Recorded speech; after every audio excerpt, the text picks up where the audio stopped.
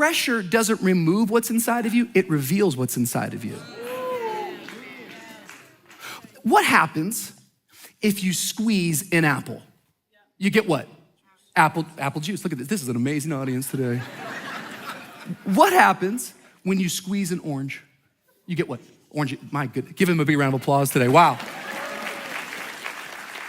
What happens when you squeeze a Christian? Complaining, fear, trouble. No, friend, when you squeeze a believer, you ought to get believer juice.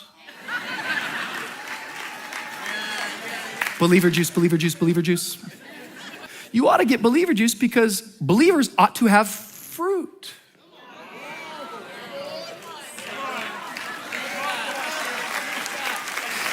Yeah, if you're a believer, you ought to have fruit of the Spirit.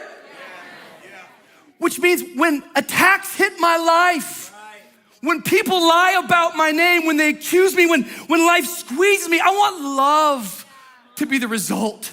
When all of a sudden I'm dealing with the sorrows of life and the pressures of life, I pray that joy would be squeezed out of me, believer juice. I pray that when anxiety wants to hit my life, I pray that all of a sudden when I'm feeling strangled by worry, I pray that peace would begin to erupt. It's believer juice. But how much more for kindness and goodness and gentleness and faithfulness, self-control. Come on, all the fruit of the Holy Spirit. Because last time I checked, the fruit of the Spirit still grows under pressure.